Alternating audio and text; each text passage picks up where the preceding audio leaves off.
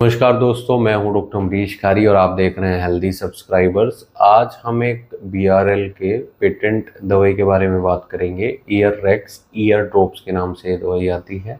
ये कान में डालने वाली दवाई है और किन बीमारियों में, किन सिम्टम्स में आप इसे यूज़ कर सकते हैं, कैसे यूज़ की जाती है, कौन सी होम्योपैथी मेडिसिन इसमें डली है, जानने के लिए वीडियो पूरा देखें। अगर आप हमारे चैनल पर नए हैं तो चैनल को सब्सक्राइब कर लें ताकि आने वाली हेल्थ रिलेटेड वीडियो से आप अपडेटेड रहें। ये कुछ दवाइयों का कॉम्बिनेशन है जो एज ए एनाल्जेसिक काम करता है, दर्द निवारक दवा है और एंटी इन्फ्लामेटरी है, एंटीसेप्टिक है।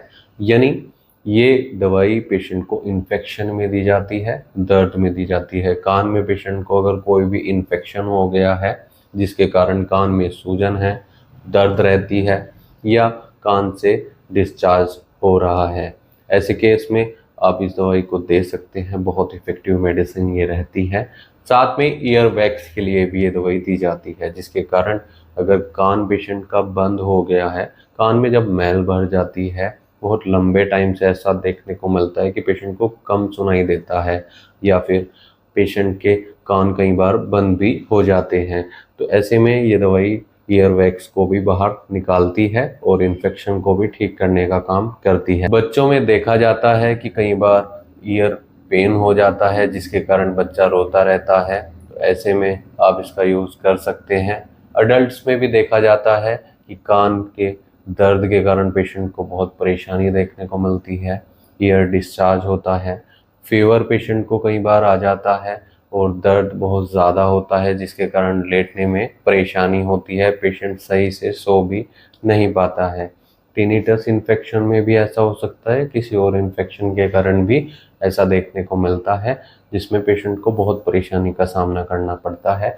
ऐसे में ये दवाई बहुत इफेक्टिव रहती है, दर्द में तुरंत राहत देती है। इसमें एसिड बोरिक 1X डाली गई है, इसमें रिसोर्सिन 1X डाली गई है। ये दोनों दवाइयाँ बहुत इफ़ेक्टिव रहती हैं पेशेंट के कान के इन्फेक्शन के लिए, कान में होने वाली सूजन के लिए और इन्फ्लामेशन के लिए, पेन के लिए। पेशेंट्स में देखा जाता है कि उनको वोमिटिंग लगनी शुरू हो गई है या फिर पेशेंट इरिटेबल रहता है, किसी भी काम में इंटरेस्ट पेशेंट का नहीं रहता है, खाने में परेशानी होती है, तो दोस्तों ऐसे में आप इस दवाई का यूज़ कर सकते हैं। अगर आपको ऐसी कोई शिकायत है तो एक बार अपनी होम्योपैथी डॉक्टर से सलाह जरूर ले लें। बिना डॉक्टर की सलाह के कोई खाने वाली दवाई न लें। इसको आप डाल सकते हैं, ये एक्सटर्नली यूज़ के लिए है, केवल बाह्य तौर पर यूज़ की जा सकती है। कान में इसकी 2 से 3 बूंदे आप डाल सकते हैं, नहीं तो आप कॉटन में इसकी 2-3 बूंदे डालकर कॉटन को अंदर रख सकते हैं।